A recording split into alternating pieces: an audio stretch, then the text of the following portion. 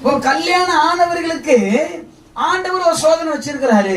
மனைவியை கொடுத்தார், ஆமென் சொல்லுவோமா? ஆத்துமாவுக்கு சோதனையாக சோதிப்பதற்கு ஒரு எதிரியை வச்சிருக்கிறார்.